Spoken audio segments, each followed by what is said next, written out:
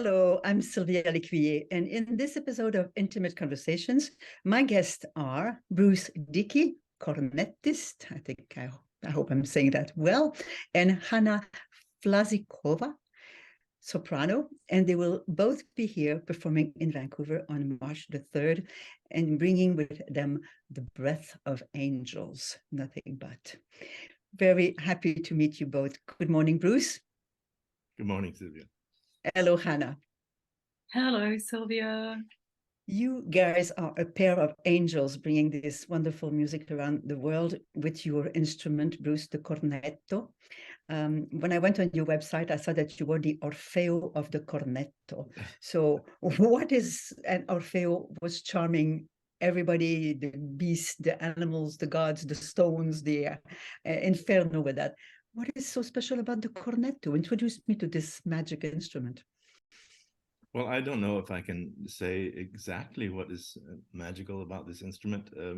I think I know some aspects of it. I think that it has a sound that is both, can have a brilliance to it, but can also have a sweetness. And of course, it was famous for being the most vocal instrument or the instrument that could best imitate the human voice. And I think that's rather magical. It has the sort of takes qualities from different families of instruments. It has a little bit of the brilliance of the brass, but it also has the agility of the woodwinds. And then, of course, through it all, this vocal quality, which we try to focus on in this program, Breath of Angels, and our whole breathtaking I don't know what to call it. This is part of a series of programs that work on this idea of the voice and the instrument being equals in a way. You don't happen to have one in your hand just now, because I haven't seen it in a while, but here we go. Yes, I have the Breath of Angels one. Ah, perfect, excellent. So I see this, once we cornetto, we think cor in French, so horn, but it's not exactly that. It looks more like a straight instrument, like almost like a flute. So what is it made of? It's made of wood, and it is usually covered with leather or parchment. The instrument is well, I don't know how much you can see in this picture, but it's curved. Yes. And it is made of two halves that are carved out and then glued together. And I think that's the reason for the covering with leather or parchment, to, first of all, to seal this seam so that the air doesn't leak out, but also to keep the instrument well connected so it doesn't come apart. Maybe it has some role in the sound. I don't know. People don't agree on that. But it's made of wood. It has finger holes like a flute, and it has a very small cup, a mouthpiece like a brass instrument, but very much smaller, and made usually of horn, animal horn, sometimes of ivory, and occasionally of wood. So Hana, you've been singing with the accompaniment of this instrument, and Bruce was saying that it's close to the voice. How was it the first time you sang with having as an other soprano, if I can say, this sound that is sometimes so really intriguing? We feel that we hear two voices. It's so funny you don't ask me what's so special about the human voice instrument and what's it made of. But yeah, well, I think that when I met Bruce and we started, having these conversations while we were traveling somewhere, and we were just speaking about music, and we realized that we really like the sound of, I very much loved the sound of cornetto, and I thought, like, this is the sound I would, like to imitate. And Bruce said he likes the sound of my voice, and also he would like to imitate a human voice, of course, because that's the instrument's quality as well. So it was kind of funny moment. But then when we tried for the first time some pieces from the breathtaking program, it was amazing. It was great. I some of these pieces, not these concrete pieces, but I do sing with other sopranos, for two sopranos or duets and stuff like this, but never with an instrument imitating the other soprano voice. And it felt easier than with a human voice for some reason. Yeah. Why? So I don't know. It's I think sometimes human voice can be not that precise in in tone, in tone quality maybe, or I don't know. It really felt very reliable, and I could hear every note Bruce is playing while I'm singing. It's really great connection there. So maybe I should have asked you what is it made of, the human voice, so so you can adapt to what the other instrument you have there. Did you have? Yes, Bruce. Yeah, I'd just like to comment a little bit on what Hana said, because I remember so well those days. It was about 7 or so years ago when we started working on this idea. And of course, I had been trying to imitate the human voice for many, many years. And the thing is, you come across all kinds of voices.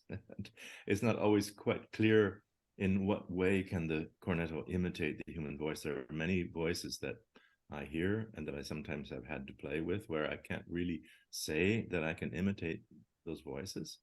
But still, it was quite wonderful to try. And then I met Hana and on some projects with other groups. And the first time I heard her voice, I thought, wow, that's a voice that I could imitate. And we had some projects together where we had a few little moments here and there where we had a duet or something, and I thought, this is great, but it's not enough, and I have to find some kind of framework in which we can do this more systematically. And that's how, on the train on the way back from one of these gigs where we had played together, I had this idea of putting together this program, which we then called Breathtaking. My wife came up with the name Breathtaking.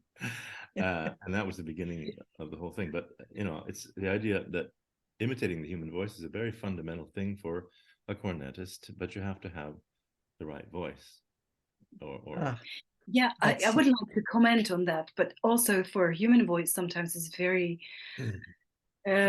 imitating an instrument is also a thing, when you sing Bach, for example, and also early music, you must somehow imitate also an instrument. It's an instrumental line very often. And I probably happen to have some kind of voice that is more instrumental than other voices.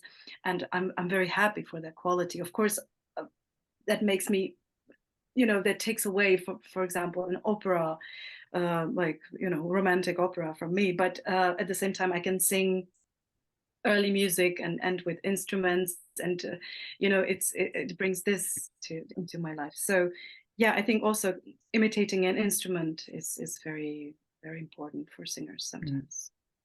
You have, however, sang Monteverdi operas and also Mozart opera. And when you sing some opera arias, you will very often have another instrument, obbligato, an instrument that is actually there to accompany your voice specifically for that area. So when you have an obbligato with a violin or with the flute, or you have to change your voice, then how do you cope with that? Oh, it more depends on the mood of the aria. Like, for example, when you sing with flute, it's usually something very airy and very soft or very high. So yes, it's a kind of imitation of the instrument, but it's mostly written in the score already. Yeah. When you sing with violin, yeah, I'm thinking about Bach. He wrote so many arias with obligatory instruments like violin and flute and oboe, and so every time you sing it adds a different it adds something different to your expression as well. because you're, in duet with somebody, and trying to make it work together. So yes, definitely. So Bruce, you're coming this time with your orchestra of angels with you. And by the way, the angel is because we always see on the cathedral sculptures and in the paintings, and you showed us the cover of your CD, the angels are playing those instruments in all their representations, the iconographies for that. So, but when you put your program together, I see that you did some surprising thing. You have old music, new music, even commission music, even Eric Satie. So how did you decide to build this program?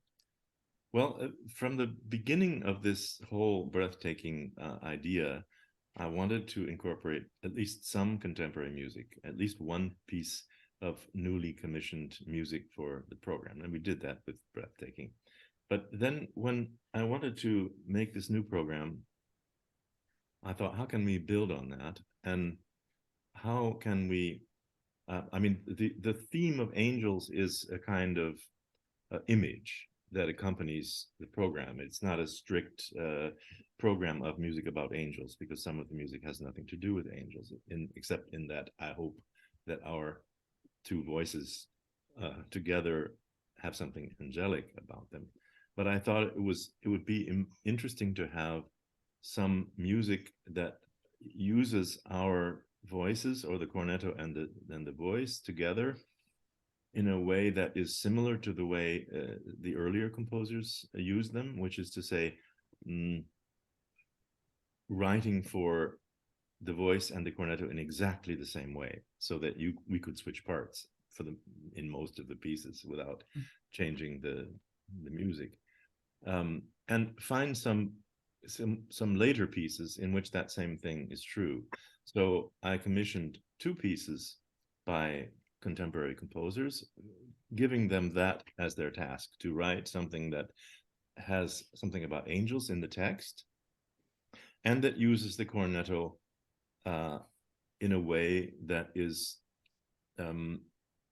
following this earlier idea of the instrument and the voice being almost interchangeable. And so I found two composers who were very happy to do that, very excited to do that. And I thought, how can we somehow connect those two contemporary pieces to some much earlier music? And I, through a kind of chance encounter with this piece of Eric Satie, I thought that might be the key. I happened to be at a concert a few years ago in which Barbara Hannigan sang this little chanson. It's only about 2 minutes long, Les Anges. And as I listened to this piece and listened to the text, it was all about angels playing lutes and their fingers vibrating the strings and creating celestial harmonies. And I thought, as I listened, this piece, this text has to be a part of our program. And as I listened to Barbara Hannigan, I thought, I think that's compatible with Hana's voice, and this could make a nice addition to the program. There's no cornetto in the piece, but it is a kind of bridge, I think, between the earlier repertoire and the two contemporary pieces. I just listened to that recording actually because Barbara Hannigan has recorded this, and I said, yes. Oh, I see your point. But what is interesting is that, of course, Barbara mainly sings contemporary new repertoire that's commissioned for her. So Hana, what big a place do you have in your repertoire for new music? Is it something completely foreign to you? No, not at all.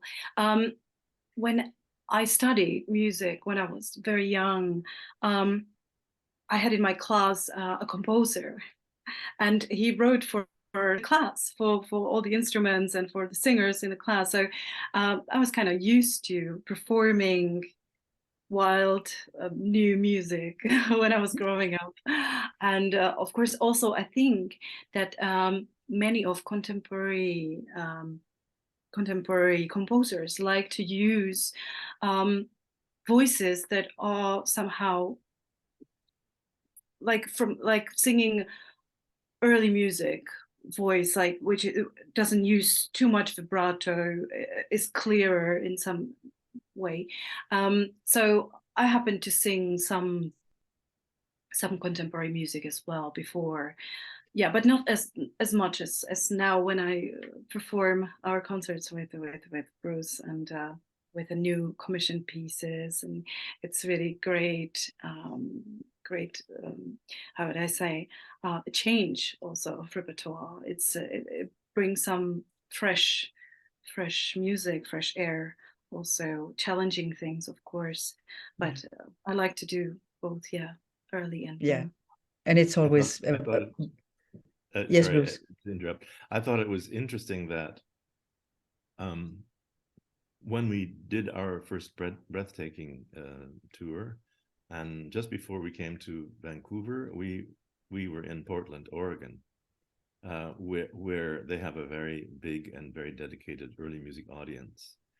And after the concert, we did a CD signing, and one person after another, I don't know how many, said my favorite piece on the program was the Calliope Tsupaki, the contemporary piece that we had commissioned for that program. Wow. And I thought it was incredible, the reaction that we got to that piece, and continue to get, and not only for her piece, but also for these new pieces of Ivan Moody and Julian Wagner. It always is, I think, a surprise and a big success, which is a little bit contrary to, we got one review of this breathtaking CD, which said, very, very positive review going on about how wonderful it was. And then they said, but I must tell you one thing. I must warn you that there's a piece of contemporary music on this CD.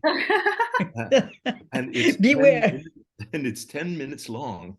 I'm very fond of that sort of thing, which is an attitude that I have not encountered in audiences anywhere with these programs we've done. So that's, I think, an interesting. Yeah, we'll judge by ourselves, and I'm sure we will actually love it, especially that Hana is so enthusiastic too.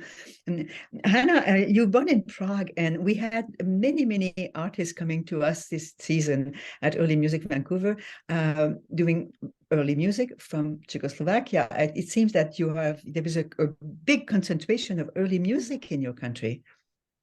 Yeah, it looks like that. It's probably not like there is so much more early music going on than in some other countries, but I must say that Prague is really great center for early music ensembles, and I could easily just live here and just sing with ensembles here, and I would have a lot of work because there are so many of these early music ensembles.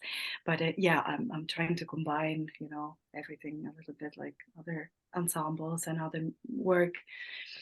Yes, but I'm very lucky. Also, I must say that during COVID, I was very lucky because the local scene of early music somehow helped a lot. All the musicians, and we tried to do a lot of like streams, recordings. We got some funds. It was really helpful to have this kind of working. An underground scene, but something that really sticks together. It's active. Yes. Yeah. And what about you, Bruce? Yes. Sorry. I just wanted to say that I have, of course, knowing Hana, I have sort of had a bit of access to this Prague early music scene, and know some of her colleagues very well. And I just wanted to say that our next breathtaking collective recording project is going to be a collaboration with the Capella Mariana, which I think was just in Vancouver. Yes, absolutely. Yeah. So this project, which won't be until 2024, but will be a co-creation with them. So we had a wonderful time. Their visit was wonderful. We really enjoyed them a lot. Yes, I did enjoy it too. I enjoyed very much, I must say. Yeah. Now, a last little piece. I said it's not your first visit here. You've come before, but you also have another interesting link with Canada, Bruce. You've been at the LAMP Academy, at the Lunenburg Academy of Music Performance a few times, and I think you're coming back this year also. Well, I've been coming. Yes, I am coming back this year. I actually, what it is that I have a personal relationship with Bert Wathen, because he lived in Bologna for many years and played viola in the orchestra of the opera, and is a very good friend of some of our very good friends here. So he, through that connection, asked me to put together an early music course for LAMP a number of years ago. And that led to him deciding that I should be in charge of the early music courses in LAMP. And so we've been doing 1 or 2 courses each year. Now, I think we're into our 4th year or so. Each time, there are courses that are very different from other early music courses that you find around, where they tend to be rather general. They tend to have a large amateur component and a later repertoire. We focused on, because for him, his personal definition of early music is music before Bach. Oh, and so okay. he's not interested in 18th century music at LAMP. And so we focused on 16th and 17th centuries, and each time with a very new theme and with a very small group of teachers and students. It's very intimate. We usually have 12 or maybe 15 students. I had a chance to visit LAMP, and the Academy in Nuremberg is just an extraordinary place. And our own Suzy Leblanc participated in some of your Academy, I think, it's too, also. Place. Yeah. No, both of you, tell me, what is this extraordinary secret manuscript that is at the core of your programming today? You've apparently, someone found a few years ago a manuscript of music in a flea market in Vienna, and what is it? And you are singing some of those songs. It's a manuscript that was found, as I said in those notes, I think in a flea. I'm not sure. I said flea market. I'm not sure if it was a flea market or a sort of low-end antique shop. Anyway, this manuscript turned up and no one knew what it was. And someone who was studying musicology at the University of Vienna purchased it and did a dissertation on it. And then interest rose in this about this, and some people in England at Sotheby's got wind of it, and they studied the manuscript. And it was because this person from Vienna bought it for something like $20 or 20 euros or something. It was very little. And then the manuscript was sold at Sotheby's for many, many hundreds of times that.